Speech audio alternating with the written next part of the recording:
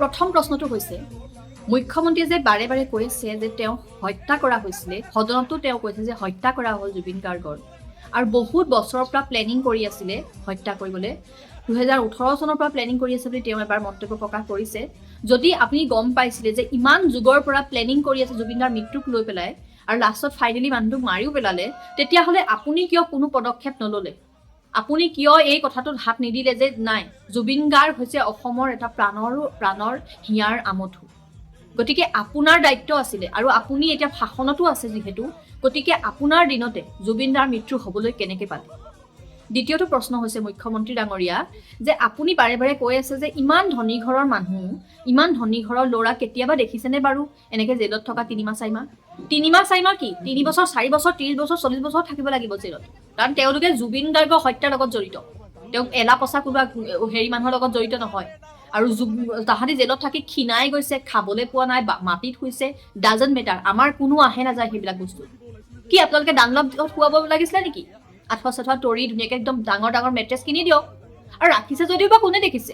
বাক্সা জিলাত ৰাখিছে ন, বাক্সা জিলাৰ যিখন তাত, য'ত কোনো এটা কয়দী বেলেগ কয়দী নাই, তাহাঁতিকেইটা এক্সট্ৰাকৈ আছে, ত' স্পেচিয়েল ফেচিলিটিটো দিছেই যাকে। সেইটোতো আমি দেখা নাই, আপুনি ক'লে জানো ভিডিঅ' ফুটেজ দিয়ক তেতিয়াহ'লে, ইমান যদি আপুনি একদম ডাঠি কৈছেই। আৰু আমাৰ একো আহে নাযায় তাহাঁতি কেনেকৈ আছে, ক্ষীণাই গৈছে। এইবাৰতো উকিল কেইজনতো কৈছিলে সেনানী শুনানিত যে তেওঁলোকক ইমান চিন্তা কৰি থকা নিচিনা লগা নাই। ইমান মানে ফিল সন্দীপন গাৰ্গক অকণমান দেখি লাগিছে যে তেওঁ চিন্তিত, বাকী কেইজনক দেখি কিন্তু লগা নাই কি ক্ষীণাই গৈছে কিবা হৈছে। গতিকে এনেকুৱা অদৰকাৰী ভেলুলেছ মন্তব্য নিদিব। তৃতীয় কথাটো হৈছে যে নৰ্থ ইষ্ট ফেষ্টিভেল আয়োজন কৰি শ্যামকানু মহন্ত আছিলে সঁচা, কিন্তু তাৰ লগত বিদেশ মন্ত্ৰালয় বা কালচাৰেল মিনিষ্ট্ৰী এই সকলোবোৰতো জড়িত হৈ আছিলে। তেওঁলোকৰতো দায়িত্ব আছিলে জুবিনদাৰ প্ৰতি। তেওঁ এলা পচাই সাধাৰণ এজন শিল্পীকটো লৈ যোৱা নাছিলে। সাধাৰণ শিল্পীক নিলেও কিন্তু সেইটো বস্তুটো দৰকাৰী যে এজন ইমান দূৰলৈ যেতিয়া এজন মানুহক লৈ যায়, তেওঁ চিকিৎসাৰ কথা বা তেওঁ কোন হোটেলত থাকিব, কি হোটেলত থাকিব, বা কেনেকুৱা ধৰণৰ ছিকিউৰিটি আছে, সকলোবোৰ জনা উচিত। তেনেকুৱা কোনো ধৰণৰ ব্যৱস্থা নাছিলে। তেওঁক এজন সাধাৰণতকৈ সাধাৰণ মানুহৰ নিচিনা ট্ৰিট কৰিলে, আৰু লাষ্টত গৈ পেলাই মানুহজনক শেষ কৰি দিলে। আৰু এই যে কালচাৰেল মিনিষ্ট্ৰী বা বৈদেশিক মন্ত্ৰালয়ৰ লগত জড়িত পবিত্ৰ মাৰ্ঘেৰিটা কিয় এতিয়াও আউটালৈ অহা নাই, সেইটো কথা আমি জনা উচিত। পবিত্ৰ মাৰ্ঘেৰিটাটো জুবিনদাৰ একেলগে নলেগলে লগা বন্ধু, তথাপিও জুবিনদাৰ মৃত্যুৰ সময়ত যিহেতু তেওঁ এটা বিদেশ মন্ত্ৰালয়ৰ লগত জড়িত আৰু কালচাৰেল মিনিষ্ট্ৰীৰ লগতো জড়িত, কালচাৰেলি মানুহটো এক্টিভ, গতিকে কিয় সেই মানুহজন এতিয়ালৈকে আউটলৈ অহা নাই? নে কি তেওঁ বিজেপিৰ ডাঙৰ নেতাৰ কাৰণে বাচি গৈছে নেকি? এতিয়া এটা ডাঙৰ কথাও চলি আছে যে জুবিনদাৰ চৰিত্ৰ হনন। কিছুমান মানুহ আছে যে সেই মৰি যোৱা মানুহজনক আকৌ মাৰিবলৈ মানে অকণো শংকাবোধ নকৰে। জুবিন গাৰ্গৰ যিখন চাৰ্জশ্বিট, এতিয়া 12-13 হাজাৰ পৃষ্ঠাৰ এখন চাৰ্জশ্বিট, প্ৰথমতেতো ইমান দীঘলীয়া চাৰ্জশ্বিটৰ দৰকাৰেই নাই। চাৰ্জশ্বিটখন দীঘল হোৱাতকৈ, মানে ৰেকৰ্ড কৰাতকৈ ষ্ট্ৰং যে হ'ব লাগে সেইটোহে জৰুৰী। যিমানে দীঘল হ'ব সিমানে লুফলছ ওলাই যাব, আৰু সিমানে এই কালপিতকেইটা বেল পোৱাত সহজ হৈ পৰিব। গতিকে এই যে ইমান ডাঙৰ চাৰ্জশ্বিটখনত কেৱল এটা পইণ্ট বাহিৰলৈ ওলালে যে জুবিনদাৰ চৰিত্ৰ হনন, সেইটো সময়ত জুবিনদাৰ লগত অমৃতপ্ৰভা আছিলে, সেইটো কথা কিয় ওলোৱা নাই যে জুবিনদাৰ সেই ৰুমটো যে বুক কৰিছিলে, সেই বুকিঙৰ ৰুমত শ্যামকানু মহন্ত আৰু তেওঁৰ পত্নী জড়িত হৈ আছিলে, আৰু এতিয়ালৈকে সেই অনিতা ডেকা মহন্ত যিগৰাকী ছিংগাপুৰত সেই সময়ত উপস্থিত আছিলে, এতিয়ালৈকে তেওঁক কিয় এবাৰো কুৱেশ্যনিঙৰ কাৰণে অনা নাই? তেওঁ কিয় এতিয়ালৈকে সোমোৱা নাই জেলত? বাকীকেইটা যে সোমালে তেওঁতো আহিব লাগিছিলে। নিচিতা গোস্বামীহঁতকতো পুৰাতো নিছিলে, কিয় এই মানুহগৰাকীক এৰি দিলে? ইয়াতো মানে কিছুমান মানুহ যে আমি যে শুনি আছো ন, ৰৌ বৰালি বাচি গ'ল, পুঠি খলিহনাহে ফচি গ'ল। গতিকে ইয়াতো সেই পুঠি খলিহনাকেইটাহে বাকী আছে, বাকীখিনি চব আউট।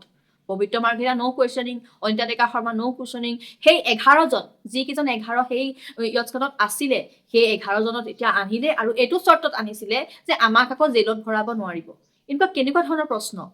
আৰু এটা কথা হ'ল যে মৃত্যু হৈছিলে জুবিন গাৰ্গৰ ছিংগাপুৰত, আৰু তদন্ত ক'ত হৈছে? তদন্ত হৈছে অসমত। এই অসমৰ যি আৰক্ষী বিষয়া আৰু ছিংগাপুৰৰ আৰক্ষী বিষয়া মিলি পেলাই এটা মানে তদন্ত কৰাটো উচিত আছিলে বুলি ভাবে নে নাভাবে? নে নৰ্মেল মানুহেও সিমানখিনি কথা চিন্তা কৰিব পাৰে যে এই যদিও বা ইয়াৰ ষড়যন্ত্ৰখিনি অসমত হৈছিলে, কিন্তু হত্যাটো ছিংগাপুৰতে হ'ল, গতিকে তাত গৈ পেলাই আপোনালোকে তদন্ত কৰাটোহে উচিত আছিলে। ইমান ডাঙৰ এজন সত্তাক তালৈ লৈ গ'ল, কিন্তু তাত কোনো ছিকিউৰিটি নাই, কোনো চিকিৎসাৰ ব্যৱস্থা নাই। ৭৫ মিনিট ভাবকচোন এজন মানুহ যেতিয়া গা বেয়া হয় 5-10 মিনিট 10 মিনিটকে 1 ঘণ্টা 2 ঘণ্টা নিচিনা লাগে। সেই তেনেস্থলত 75 মিনিট এজন মানুহক পানীত পৰা মানুহক তাত যদি পেলাই থৈ দিয়ে, অশিক্ষিত প্ৰশিক্ষিত মানুহে যদি CPR দিয়ে, সেই মানুহজনৰ কি অৱস্থা হ'ব? ইমান অৱহেলা, আৰু সেইজন এনেকুৱাও নহয় কি অশিক্ষিত মানুহ আছিলে, একো কথা নেজানে, কি কৰিব ডিচিশ্যন ল'ব নেজানে, ভাল ভাল মানুহ, ধনী ধনী মানুহ, যিকোনো ব্যৱস্থা কৰিব পাৰিলেহেঁতেন। এনেকুৱা কি কাৰণ আছিলে যি 75 মিনিট তাত বিনা চিকিৎসাই মানুহজনক পেলাই থলে আৰু মৃত্যুৰ মুখলৈ ঠেলি দিলে, যা মৰগে মানে। আৰু তেনেকুৱাতো কৰিছে, সিদ্ধাৰ্থই ইংগিত দিছে, যাবলৈ দে। কিছুমানেতো পেংলাই কৰিছে, বিয়েৰ খোৱালে, গাহৰি খোৱালে, ৰাতিপুৱা গোটেই ৰাতিটো শোৱা নাই মানুহজন। মানে প্ৰতিটো ফালৰ পৰা অৱহেলা কেৱল। সাধাৰণ মানুহ এজন লৈ গৈছে নেকি? তেওঁ জুবিন গাৰ্গ আছিলে। এতিয়া অসমখন কি হ'ব? কোনে অসমৰ কালচাৰেলি আগবঢ়া বা প্ৰতিটো ক্ষেত্ৰতে মাত মতা মানুহজন?